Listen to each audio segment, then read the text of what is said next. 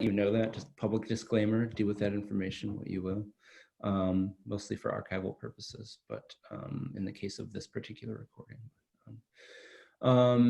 For the reading, okay, here's one final note. So having had some bandwidth issues on occasion with some of these readings, it's been infrequent, but I just, I might ask you if you could awkwardly during the reading portion of this, turn your video off as a measure to preserve bandwidth.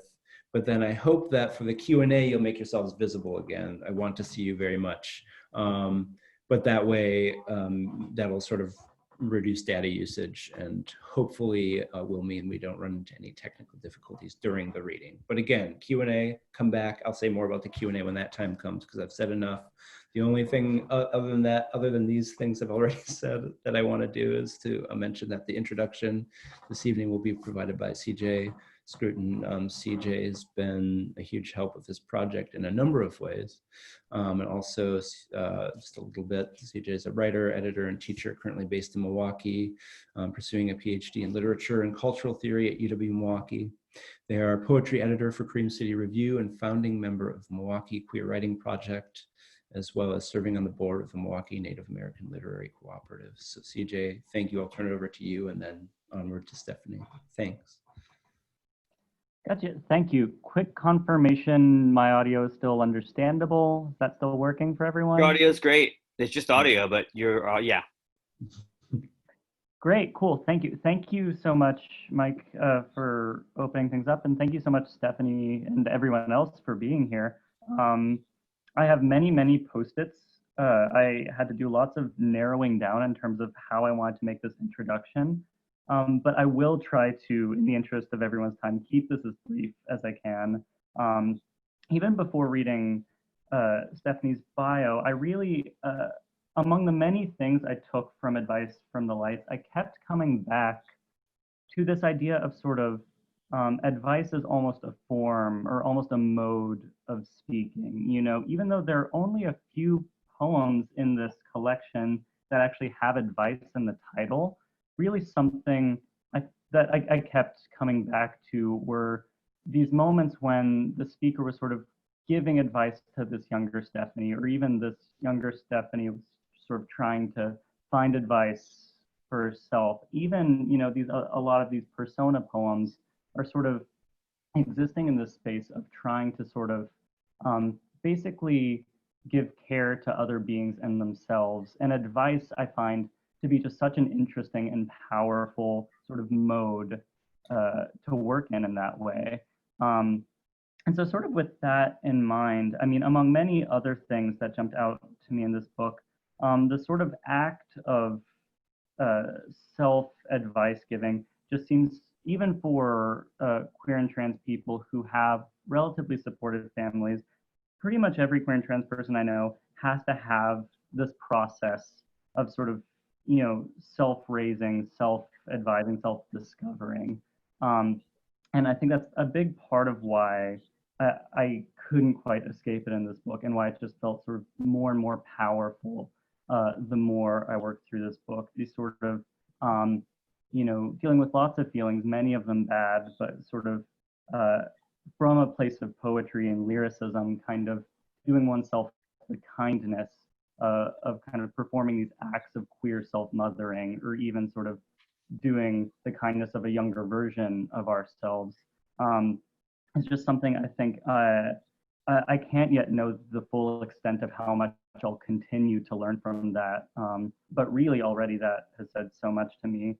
I would also just add to that, especially local people tuning in. Today I was at sort of the big Pride Black Lives Matter march, which turned out to be, I mean, even compared to other marches in Milwaukee so far, much bigger than a lot of us expected.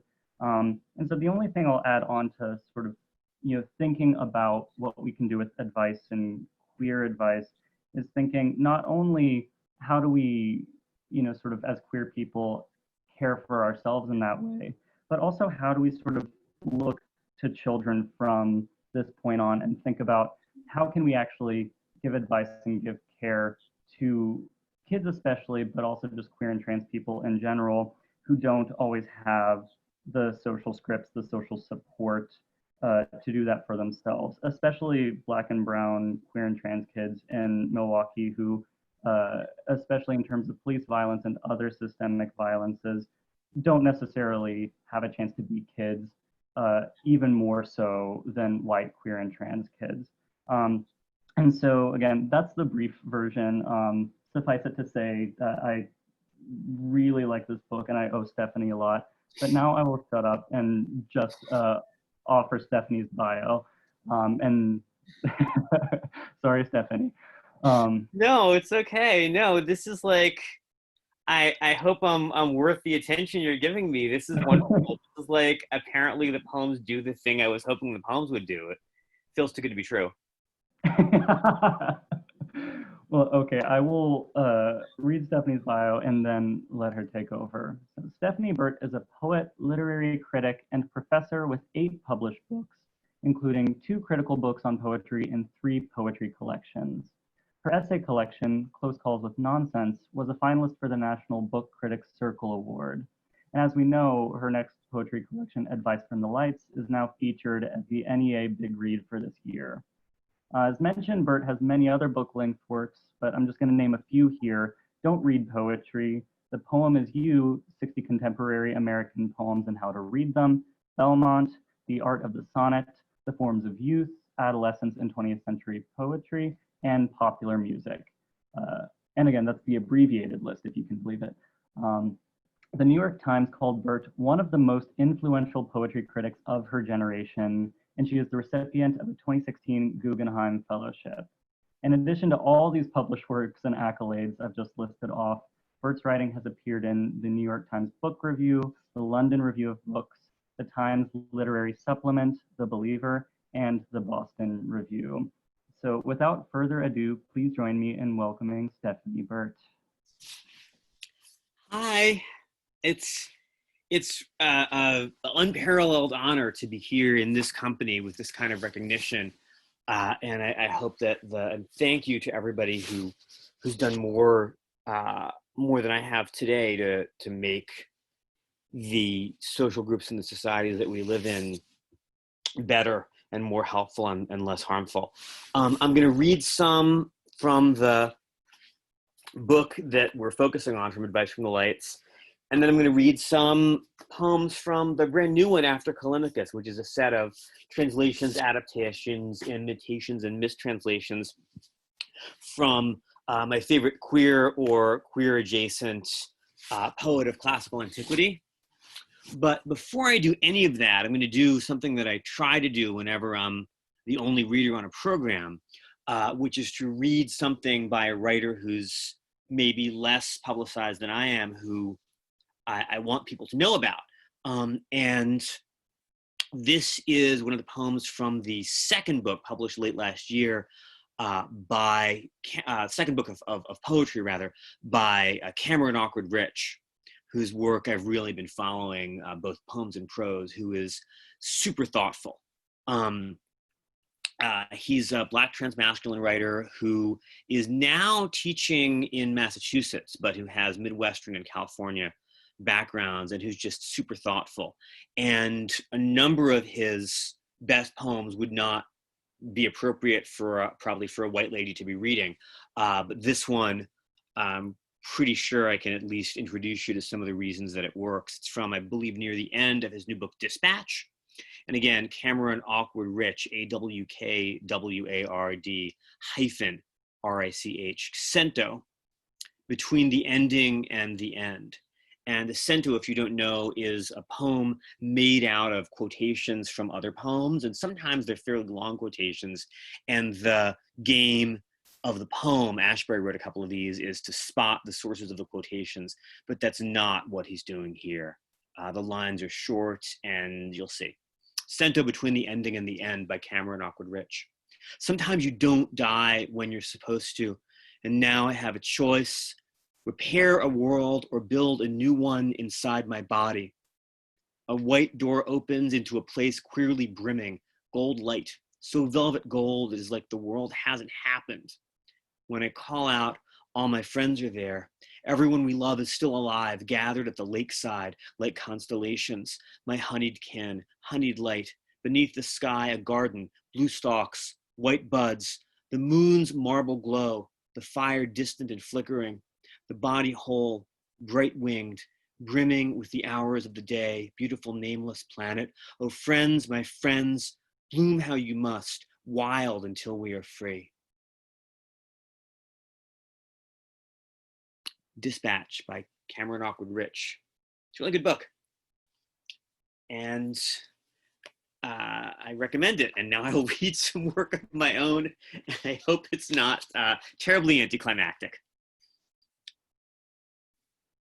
First, some poems from advice.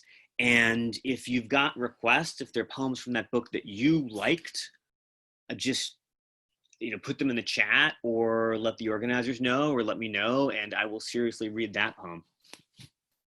Mine, 1979. I was Mr. Spock, being raised by Dr. Spock. I was told I was free, but only free to be me. I knew I loved my digital clock. I would have trusted my instincts if I had any, or if I could have given them a name. I was deceived by the body that I mistook for a bad penny, by the shimmery beauty of my immediate peers, which I mistook for fame. By wearing them over and over without socks, I let my one pair of gold tennis shoes fall apart. I regarded the temporary assembly of the styrofoam packing parts that came with small household appliances as a fine art. Inhabited by C-3POs, they became starbases, or soft focus, all white homes of the future. I wanted to think that they had nothing to fear. I ate peanut butter and pimento sandwiches every day for at least a week, at most for half a year. I had become convinced that character was fate. Almost anything could result in tears. I wanted to stay at Allison's house overnight and wake up as a new girl, or a new mutant, or a new kind of humanity engineered to travel at more than half the speed of light, but I wasn't allowed. My bedtime and I were both 8.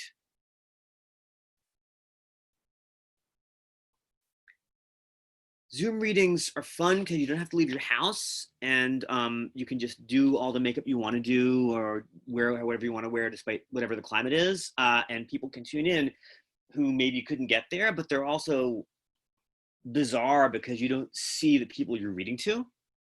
So I hope you're having fun.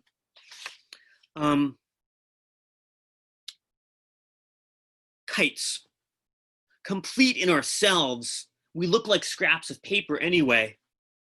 Left alone, we could tell our mothers and one another our owner's flimsiest secrets and play together all day until we become intertwined, which is why you try to keep us permanently apart.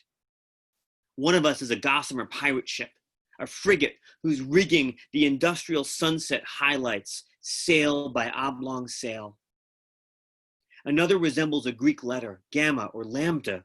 Others still, a ligature, a propeller, a fat lip.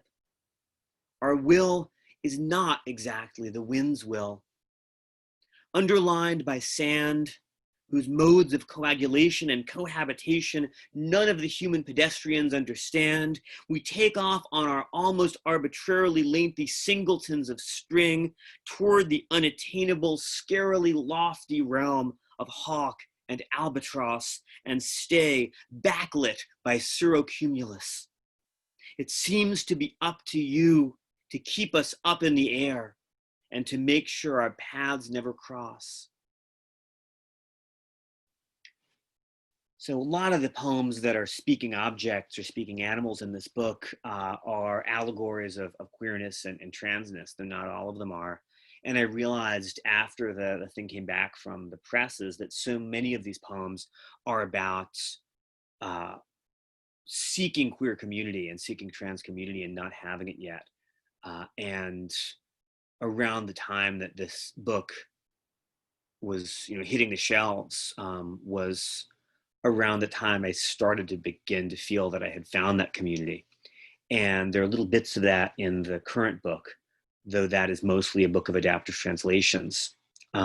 So that sense of queer community, of having your people, having your chosen family, not just one person, but a set of people around you, is, I hope, going to be in the next book. If this seems like an optimistic book, if advice seems optimistic but also somewhat lonely, that's not wrong. It's also, I'm realizing that advice is a pretty white book. This is a time, not that, I mean, it's always been a time, but this is an obvious time for white people to talk to other white people about anti-Blackness and white supremacy, so that people of color don't have to. And I at least try in some of the poems in advice to do that. I'm not sure it works, but it's worth a try. And there are ways that white writers can at least try to acknowledge that no position is neutral, and that we're all coming from somewhere, and that if you're white, you've grown up amid anti-Blackness, and not just anti-Blackness. My 1981. Everyone's younger sibling was still in a stroller, learning to drink from a cup or stay in a dress. Everyone's mom was overseeing additions to our beige, orange, and air-conditioned kitchens, choosing the tiles: cake batter, peach, mallow, rose pink. They matched the crayons that matched our skins. Everyone's dad was a lawyer or else in government service. Our teachers were also moms. They returned our work on time with stars in green and purple ink. I had one friend who was actually my friend. He liked to argue that law-abiding Americans would end up safer if we all owned guns.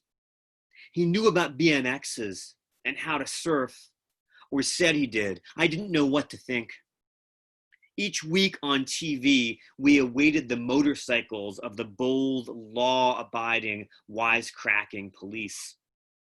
All summer, his little sister ran circles around us, so we decided she had to be the Flash. After his friends, older friends, TP'd the split-level houses beside our own, rain turned their thinning banners the color of sunburnt, crumpled American cash. You should thank, when I read that poem, Michael Scharf, a very interesting poet with strong ties to the American left avant-garde, who read a version of advice in manuscript and said, there's not enough in here about economic privilege and class privilege. And that poem's also a response to Mike, who was right. A few more from advice. Not that one. Cicadas. They want it to be the same thing, to be born and to turn 17. See how long they waited, how similar they are to what they were. Stridulation is an educational name for their repetitive song that does not sound to outsiders like music at all. Litterbugs, shutterbugs, clicking practitioners of non-attachment to what was their skin and their clothes. It took such time before they could look you in the eye and make an impression beyond the asynchronous husk or mask of what they used to be. As you sweep the rest of them off the hood and front seat of your car, your porch, hat brim, etc., remember why they can't help but leave these hollow parts that were not so much theirs as them. We are already done. It wasn't fair. We will bury ourselves again after our one ride through your duplicitous, temperate air. A few more from advice. think 8:50-ish, 8:52-ish is around, sorry, I'm on Eastern time. 7:52-ish is around the time when I should stop reading and start Q&A-ing. Does that sound right to you? Anybody? Um, Yeah? Yeah? That's fine. Yeah, go All right. that or longer if you want. All right. So this is one that I think for a bookstore that really looks at the continuity and the intersections among American poetic traditions is probably a good one to read. I've never read it in public before. It is a memorial poem. There are a couple memorial poems for real people and advice. And you'll know when I get to the titles of her books, if you don't already, who it's for. It's a poem called Sadder. Honor existing commitments, but don't make any new ones. That is a cat. There's a cat who's kind of nudging the camera from behind, and I feel like I owe it to all of you to see why you've been getting gray balls of fur. Here, honey. Here, this is Snowbar, one of my favorite cats. Snowbar, say hi to the people in Milwaukee. Can you see him? Can you see him? Here we go. Yeah. Okay. Hi, I'm back. Sadder. Honor existing commitments, but don't make any new ones. That is what my mirror image said to me. The one in the passenger side sun visor's fold-out mirror that never sleeps. If you hold to the highest standard, everything people have made, eventually you will love only unimproved nature, says the corrosive breeze. And wish fulfillment is the hidden goal of every poem, except when it is the obvious goal, in which case the hidden goal is something like learn how to live in this world. Whatever matters cannot be created, says the false harbor, though it can be easily destroyed.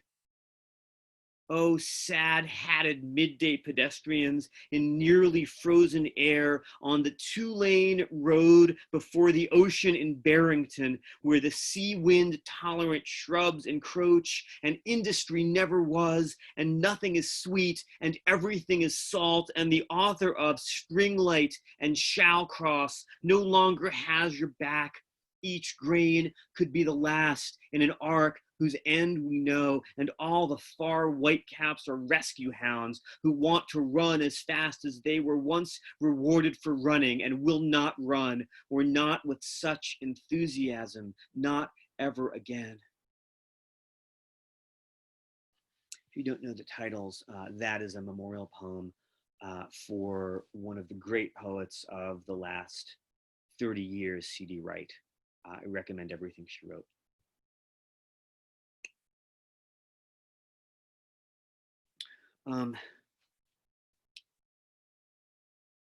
So this is a poem that's sort of full of childhoods. A book that's full of childhoods and a book that's full of fairly personal material. And it was close to being finished when the election of November 2016 happened, and that sucked. And I didn't know what to do about the book, and then I did.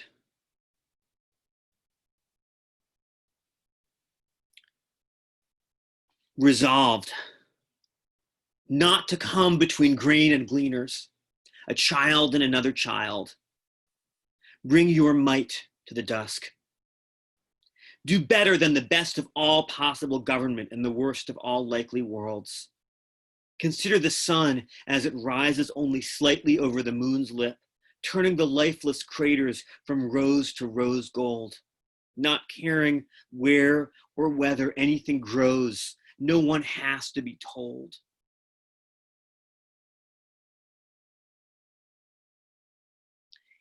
And this is one of the few poems I've written that has an explicit Jewish heritage thing going on in it. It's also a political poem about public life, a poem about how everything's connected to everything else, and of course a trans poem. And it's set in the Altneu Synagogue in Prague, which is a real synagogue that's still used by the observant Jewish community there. The only one of the 4 traditional synagogues in Prague's Jewish quarter that's still used. It's also a tourist site. Fuzzy golem doll with 6-inch keychain. Protector of children from boredom, of parents from fear of not bringing anything halfway appropriate back. I want to be chosen. I have seen week after week cliques of visitors check my price tag. I keep trying to count them. I keep losing track. My grandfather and namesake lived for truth, or a word that meant truth, and was killed by the word for death, and brought to life by a collective wish for a dispassionate lowbrow hero with feet of clay.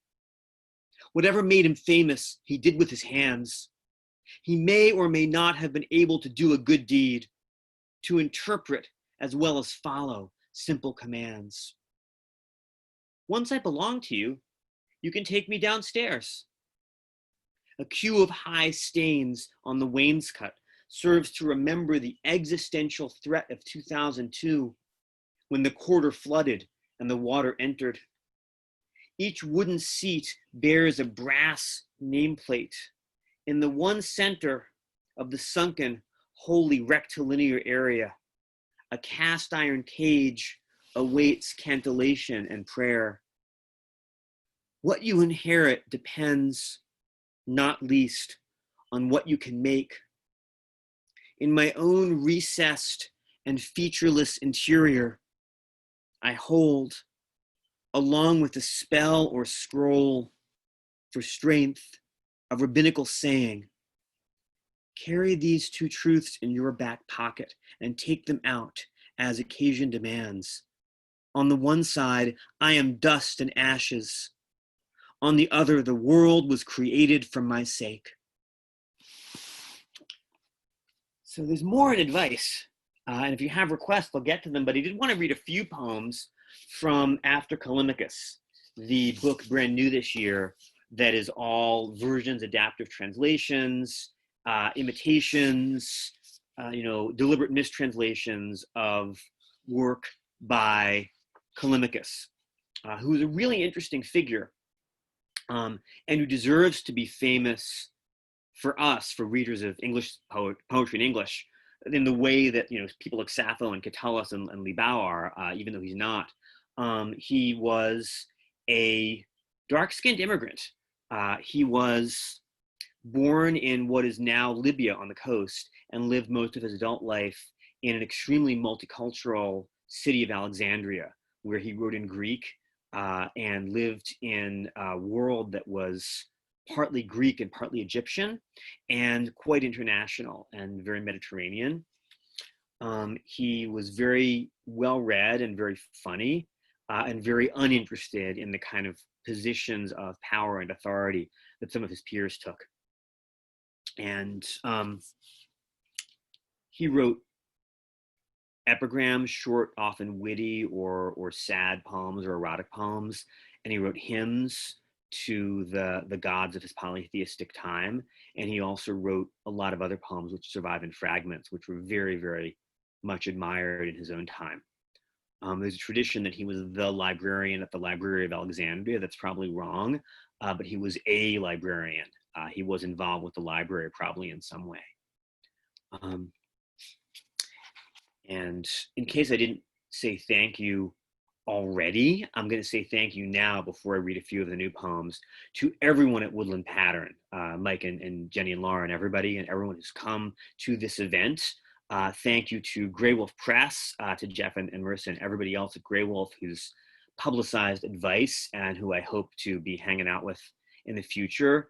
And also to the people at Princeton University Press who've worked with the Callimachus book and sent that out into the world, and to Katie Day and everybody else at the NEA who has given me this stunning and unlooked for honor of being a big read selection. I hope, again, that it's worth it.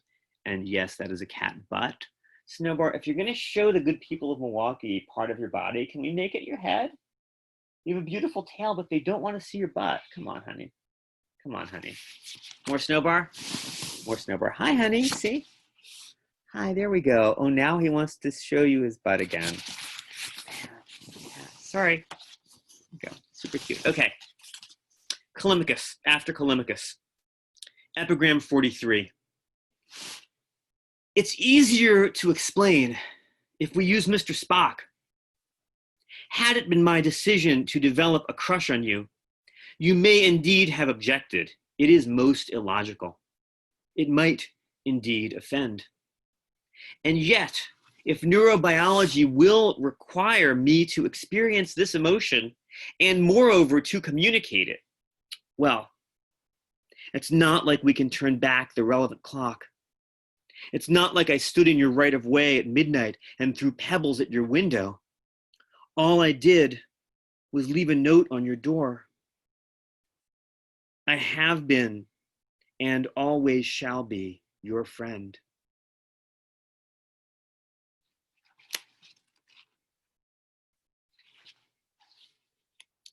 Epigram 27. Some of these are political and some of them are about sex. I'm going to read a few more of those if we have time, and then we'll Q&A it. Epigram 27. Once they decided to make a home together, Cal told Ione that he would never consider anybody else as his regular lover. All of us knew he was bi, but he swore he would never place any guy or any woman above her. Now it's as if he were poisoned or else on fire, throwing off sparks left and right for a brand new crush who happens to be non-binary. As for Ione, all his friends now have to push ourselves to see or even to think about her. Poor girl, who last week thought she was his primary. And a primary in the language of poly lives is the person who's the most important of the people you're dating or the people you're with. And I'm going to skip another sex and romance poem to be sure we have time for Q&A and read a couple of the more public epigrams and segments. This is from book 4, fragment number 90 of Callimachus's Aetia, a long poem that tells the origin stories of various things, people, and places in the ancient Mediterranean. Aetia, book 4, fragment 90. The way a word like sanction or inflammable and its opposite are the same. Our town feels like 2 towns, or maybe 3. One where we welcome strangers, where they feel able to call it home, and one where we throw the foreigners into the sea.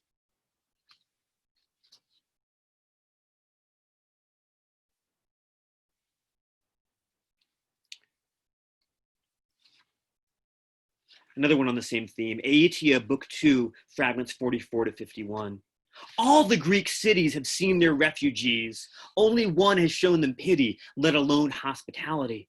Most of the rest look back to the practice of Phalaris, who roasted dark-skinned foreigners alive inside an enormous bull, believing it would bring his kingdom luck or prevent drought.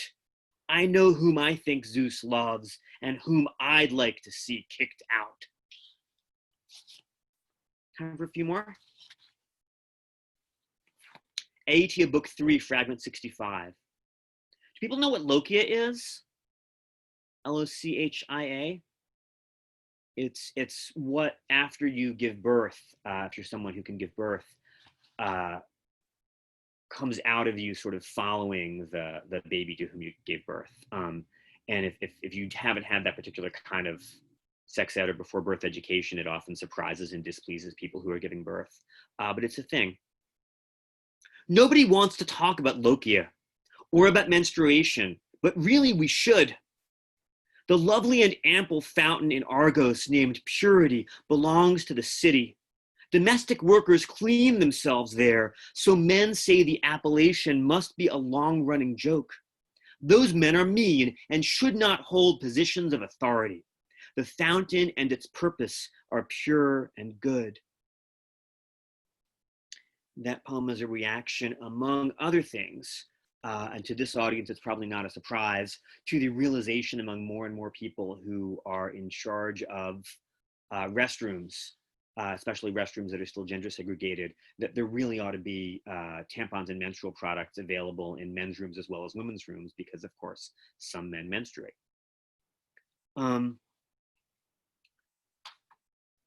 Epigram 34. For the sake of Laura Jane Grace and all the Graces, Mona, don't tell me how broke I am. I am quite aware of it.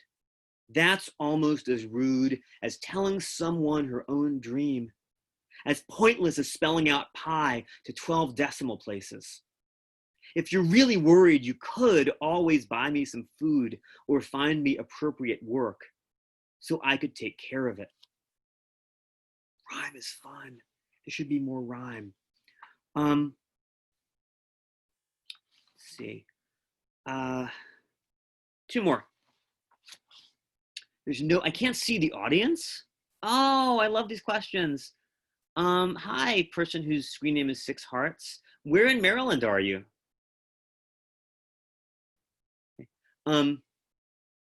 So this is one of this book, the new one after Callimachus, has a lot of Easter eggs and in-jokes for X-Men fans. This is one of them. Epigram 57. I'm an enamel pin with a black and yellow superhero logo. I have no clue who might be wearing me, but Shelby, who made me, promised me I would go only to somebody worthy of the image of my hero, a sturdy ally, perhaps, or a friend of Dorothy, not just to any schmo or bro or no-show. And last one from after Callimachus.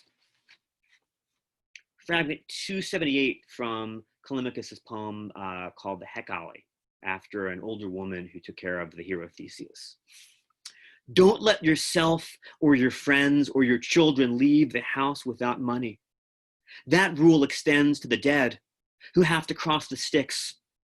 The citizens of this one town, however, who asked me to keep its name secret, will lower their neighbors into the grave without a cent in their pockets, in their mouths, or over their dried up eyes.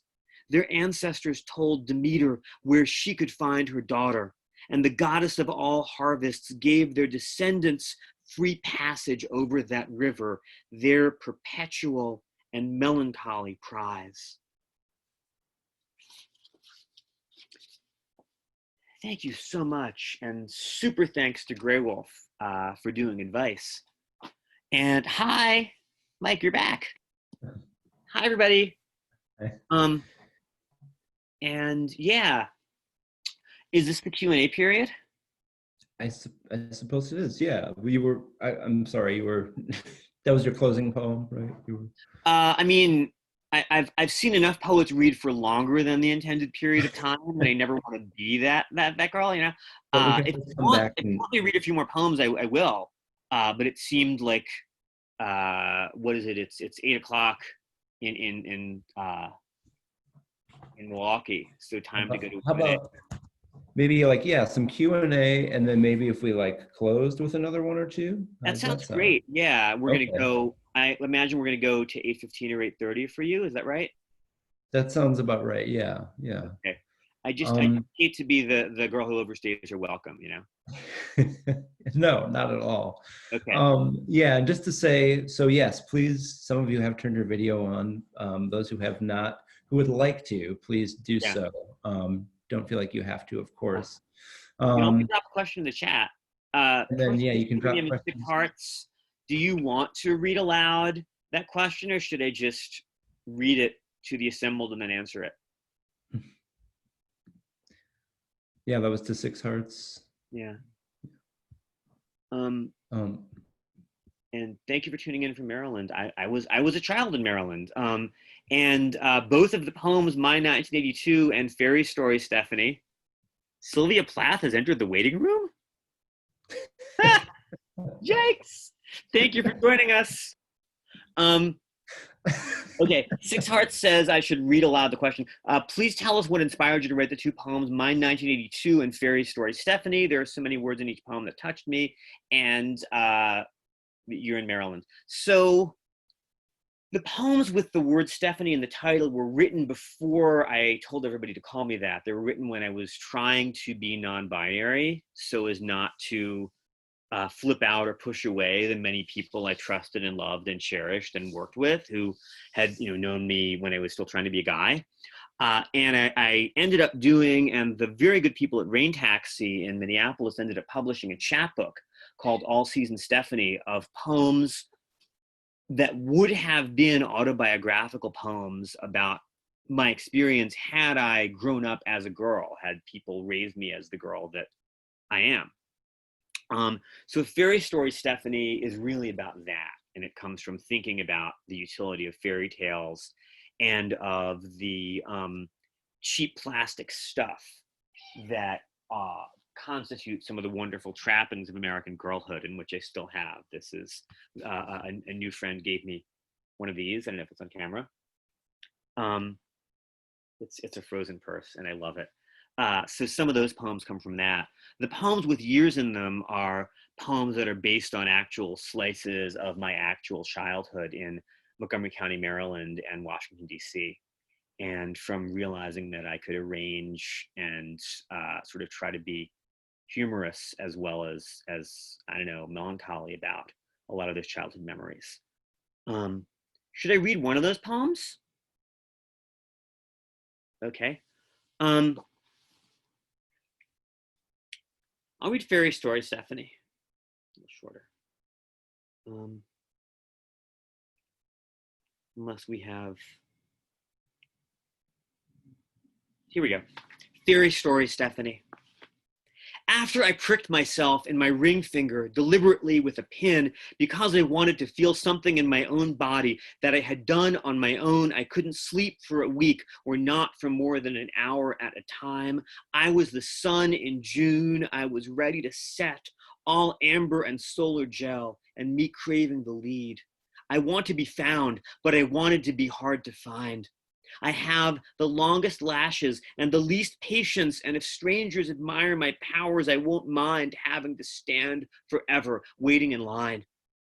I stole a shiny cylinder of cucumber lip gloss from the CVS, a serpent's tooth from the leaves of our beech tree.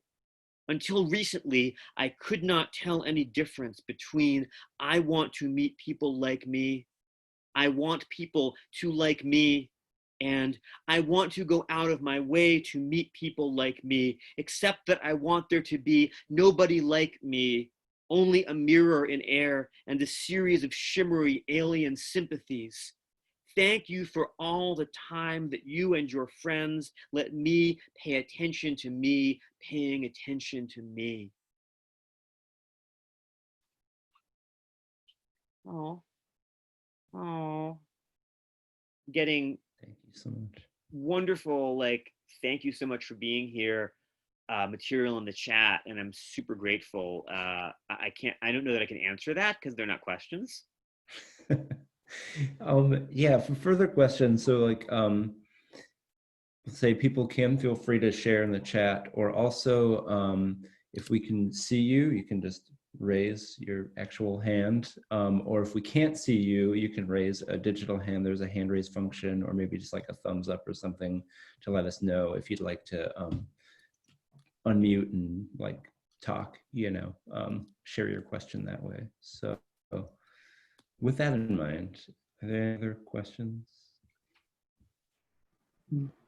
Stephanie, if I have my video on, can you all hear me a little? Jason, it's okay. There's an awesome 14-year-old who is getting a ukulele and a charging device. Sorry. It's fine. Hi. You are in the poems, and your presence here enhances the reading. It's completely great. Sorry. You have nothing to apologize for, hon. It's good. Can you close the door, though? Sorry. Yeah, because if Bindi shows up, that's bad. Bindi's a dog. Yeah. Go on. I just wanted to ask, in my intro, I feel like I kind of gave my reading, or I put words in your mouth in terms of like what work advice does, or sort of the place of advice in your work or this book. And so I guess I was just interested, like, instead of me talking, what you would say about sort of what advice means in this context. Oh, but the title. Here. About the title. And yeah, there's a couple poems, especially near the end, that have advice in the title of the individual poems. So I've always had trouble with titles. But this one sort of came to me after I just had, banged my head on the mostly completed manuscript, because it means a lot of things. Advice from the lights is advice from swamp lights, false lights, entities that give light and no heed and have no mass, that you should not follow. It's advice that comes to you from the lights in the sky, which might be pretty, and I'd like to be pretty. I don't know if I am, but I'd like to be pretty. But the lights in the sky that are pretty are also far away and remote from your situation on the ground. So by the time the advice reaches you, it may not be useful. There's also advice from on high. Honestly, as a child, because I'm a child of a very loving family that had haute bourgeois privilege in a major urban area, and certainly as an adult with the kind of job security and position that I have, I'm in a position not just of white privilege, which I tried to talk about earlier, but of economic privilege, institutional privilege. People take classes from me and expect me to just talk at them, and that in itself makes my advice more likely to be heard and less likely to be useful, because it distances me from the people who I would most like to read me, right? I don't, to the extent that I'm, in the social position that I'm in now, which is a very fortunate one, I'm less qualified to give people the help that I would like literature to give, even though I have, more time and space to write it. So that kind of self-consciousness about the positions I've been in and position I'm coming from is also in there. And then at the same time, maybe advice from the lights is good. Maybe looking up at the night sky, or looking at, glow in the dark purses with themes from the movie Frozen. I'm so happy, like my friend gave me this week. Maybe it's advice worth taking, but you have to decide for yourself. So those are some of the things the titles mean. And also, like, should literature be giving you advice? Can you learn how to live from poems? Yes and no, sometimes, maybe. Is that a satisfactory? All right. So Kristina, do you want to go on camera, or should I just answer your question? Kristina? I'm just gonna answer the question. Kristina Gomez. Hi, sorry, yeah. Oh, awesome. Yeah, ask. Go ahead. Hi, thank you for coming. Ask your question. Oh yeah, hi, thank you. Hi. Sure, yeah. So I really enjoyed the poems in the collection that were from the perspective of animals and other inanimate objects. So I just wanted to hear if you'd be willing to share a little bit about what drew you to that and those specific objects and animals. Yeah, so some of them, including the two that you mentioned, are allegories for trans feminine experience. I really love writing from the perspective of non-human speakers, because you can get outside yourself and still be very specifically descriptive. You can write from a perspective that's not your own, without having to worry very much, as I think people should worry, about cultural appropriation or speaking for people who aren't you. The other way to do that is to write science fiction and fantasy, but that requires a lot of world building. If you want to write from the perspective of yourself or lives close to you, you're limited in what you can describe. If you want to write from the perspective of someone alive now or fairly recently who's unlike you, who's much older or younger, or has a very different ethnic background or early experience, that's not only hard to do well, but from a poetry writing point of view, from a lyric point of view, certainly it's ethically problematic. Who are you speaking for? I very much, for example, don't want white novelists to write only about white characters. But if you're going to have one speaker in a very introspective work,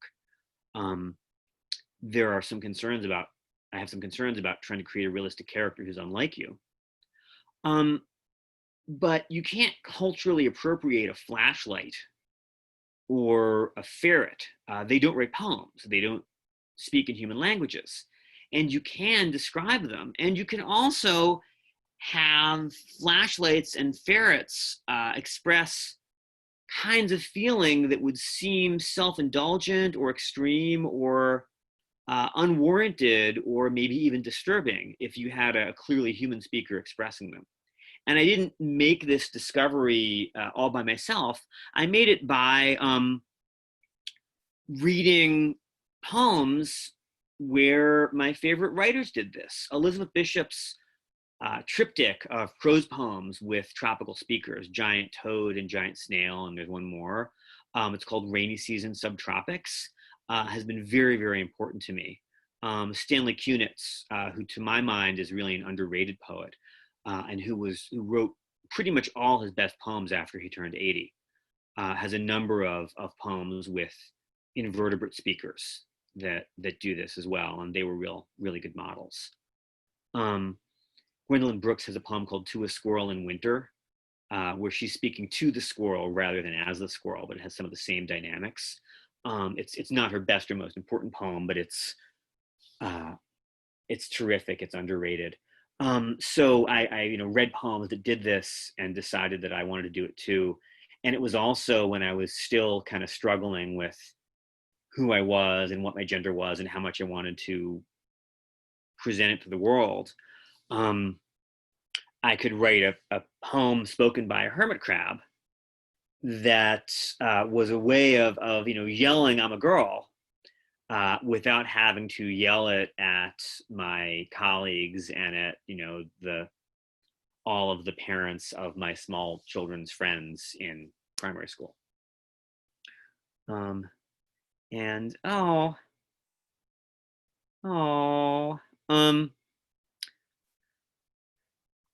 So there's a really wonderful comment that I think invites me to read the comment.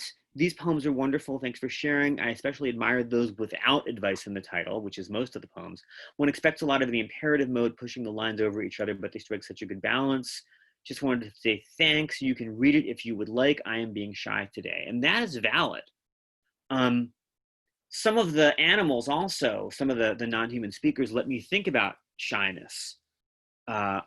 A lot of people and a lot of young trans people are various flavors of shy, and a lot of neurodivergent people are shy. If you spend a lot of time in X-Men fandom, you learn about the social construction of disability, and you learn about neurodivergence and actually autistic people and people who are on the spectrum, because there are a lot of such people in addition to a lot of trans people in X-Men fandom. And a lot of people who meet those categories are shy. And I try to think about what shyness is and how that's okay. And you don't have to be the first person in front of a microphone to feel you have something to say. I'm getting asked to read Hermit Crab. Should I read that? Is that a yes? Okay. Hermit Crab. That shell is pretty, but that shell is too small for me. Each home is a hideout. Each home is a secret. Each home is a getaway under the same hot lamp, a means to a lateral move at low velocity. I live in the room of a boy I barely see. Sometimes the boy and his talkative friends raise two warm hands and try to set me free, and I retreat into myself, hoping they place me back in my terrarium, and they do with disappointed alacrity.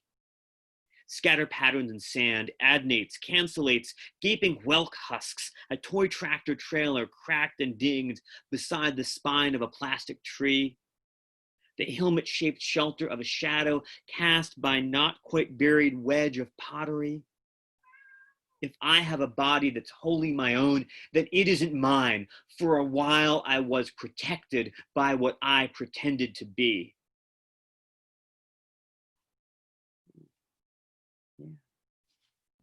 You get a cat again. Hi. I'm not seeing my own picture anymore. Oh. Oh. Thank you so much. Hi. Um, Can you see Snowbar again here? I'm not seeing myself. So, oh, there we go. That, oh, almost, there we go. Hi, yeah. Hi, this is Snowbar. Thank you so much for all these expressions of admiration and praise. I'm tempted to bring up a brand new poem, which I've been resisting doing, and read that. That'd be great. Can I see if maybe, yeah, new poem. Yes, new poem. All right. Yeah? Yeah, that'd be wonderful. Please, yeah. Thank you. Okay. So there are a whole bunch of new poems that are just different ways of thinking about queer communities, some of which have magazine homes and some of which don't. And some new poems that are translations and or fake translations, and some new poems that have more X-Men jokes. Why don't I read, and poems that are, let's see, why don't I read a fun one and then one that's a little bit more serious that has X-Men jokes? Does that sound good? Yeah? Does that sound good? Okay. Just need to go back into the, so this is a brand new one.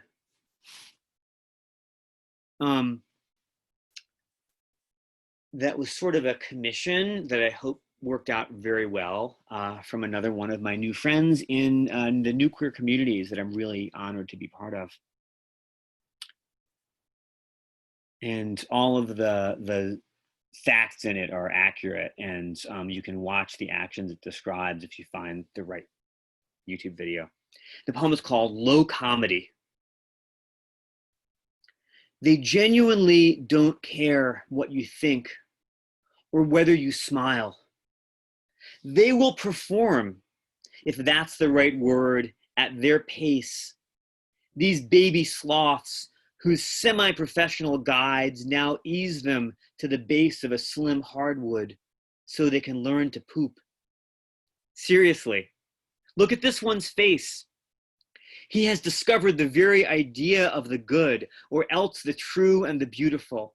He slides his nose up and up, evaluating the air and finding it emphatically worthwhile. Patience, he knows, precedes feces. Around the trunk, his claws make half a loop. He looks forward to a whole life lived upside down, which is his right side up, though even he, to finish his digestion properly, must sometimes share and stand on common ground, being, after all, part of a species, a genus, a family, an order, a group. I was absolutely inordinately proud of finding multiple rhymes for poop in there. And I should ask, this really depends on the audience. Are there X-Men fans here? Because I'll read something else if there aren't like people who pop up and say, I love mutant comics also. Okay. So the next thing that's a collection of my poems, I hope Brain Tax is going to do it, is going to be a chapbook, and it's about half written. That is all poems that are X-Men or X-Men adjacent or superhero adjacent. But let's see, a problem is that I've type here. Come on. I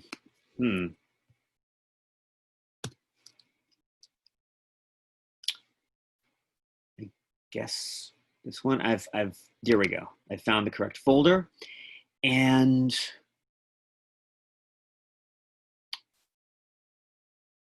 okay, I've got a question for the X-Men fans here. Is there a superhero you especially want to hear poems about? An OTP, someone you look up to, someone you identify with. Magneto, working on that. Okay. Those are good choices. Those are both poems in progress. That's a tough one. Okay. Yeah, I actually need to do something about Magneto that's probably going to originate as an adaptive translation from the Yiddish of Moshe Leib Halpern. Magneto and Yiddishkeit is a thing that's very important to me.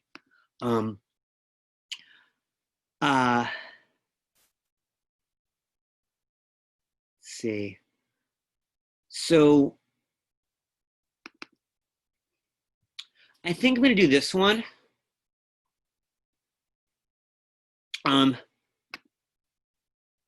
Wait. Wait. I don't like Jean. Anything on her? What? Wait. Terry Marie, are you saying you don't like Jean Grey? I mean, I like the storyline. Like, there's a lot of stuff that happens, but just the love triangle and the losing control and like all the things, it's just kind of like extra damsel in distress, extra attention to her. Like, I have a whole lot of. I should write something about her. Okay, A, you should. B, there's been some really wonderful stuff written about feminist reclaimings of the Dark Phoenix saga, and text me if you want. C, are you talking about the Scott Logan Jean love triangle or the Scott Jean Emma love triangle? First one. Oh yeah, no, that's terrible. I don't like that either. Yeah, no, the movies. Honestly, I don't like any of the movies except Logan.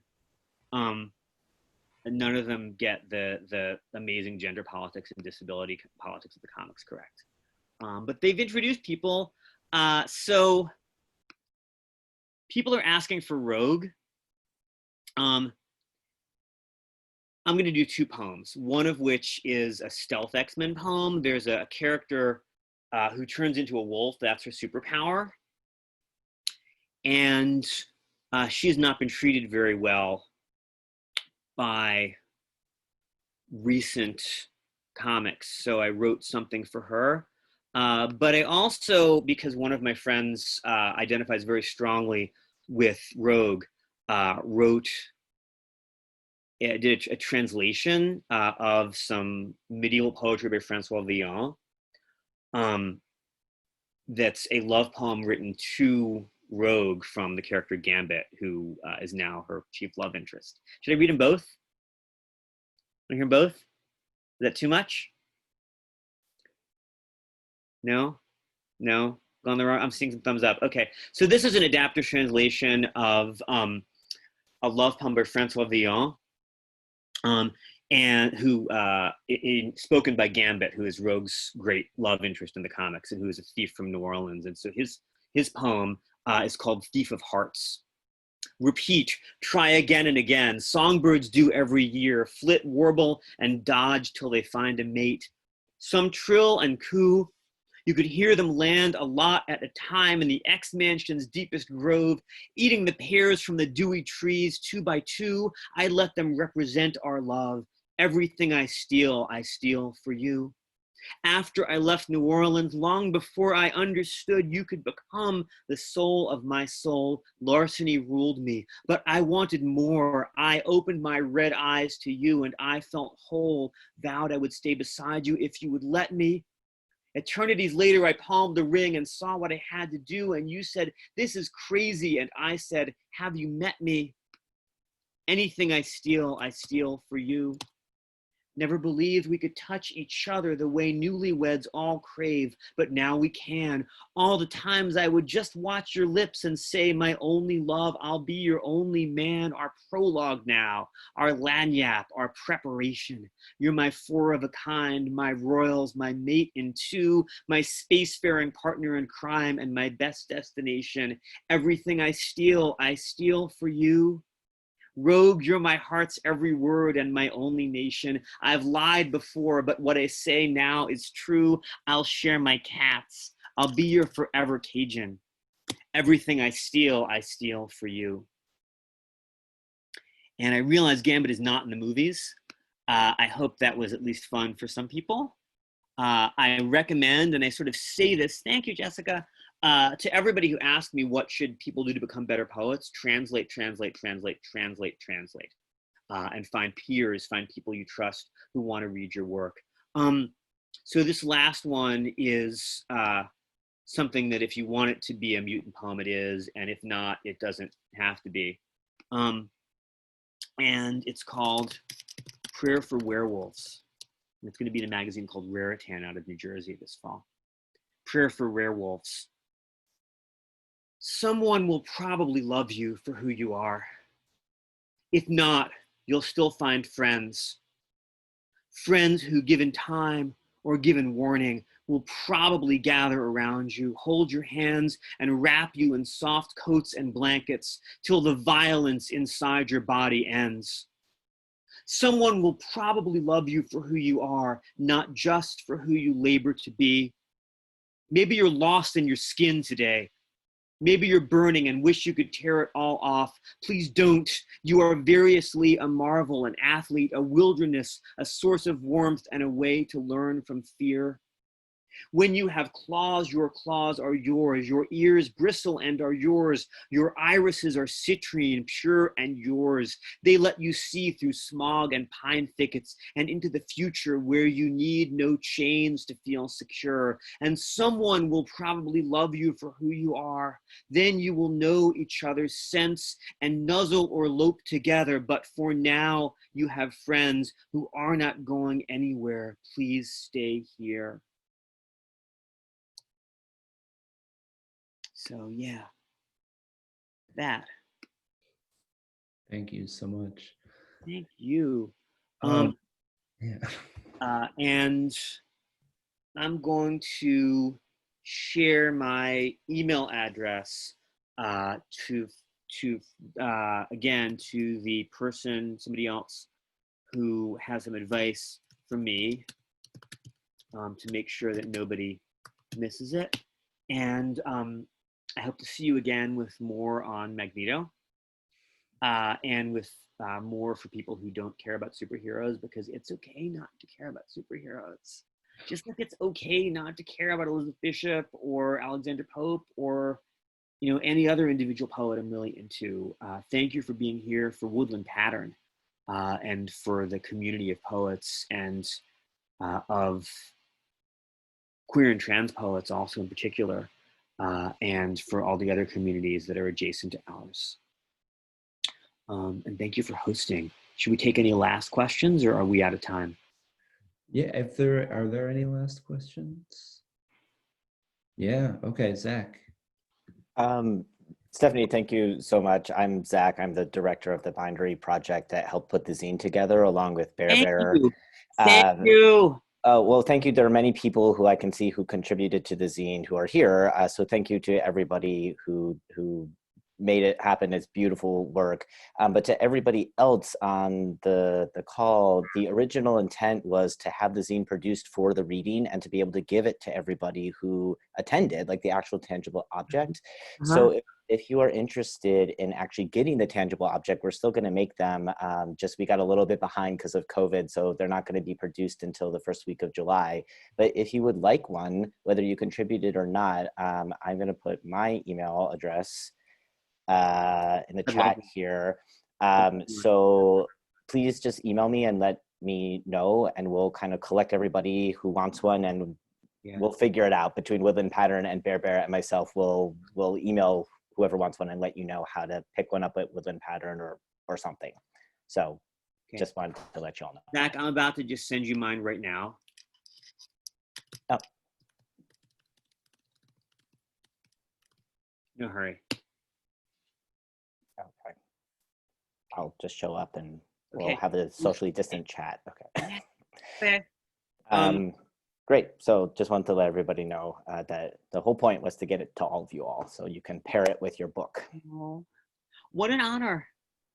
Should I say thank you and let everybody continue about their lives? Yeah. Thank you so much. Want to say bye to Snowbar? Here. Yeah. Snowbar, can you, there we go. Say bye to all the people in Milwaukee and Maryland and everywhere else. Yeah. Oh, that's my foot. You don't want to see my foot. Okay. Thank you so much. This has been such an honor. Oh, thank you. Stay in touch. Thank you all. Have a good night. Have a good night. See you next time. Bye. And hopefully in Thank person. you. soon. Thank you.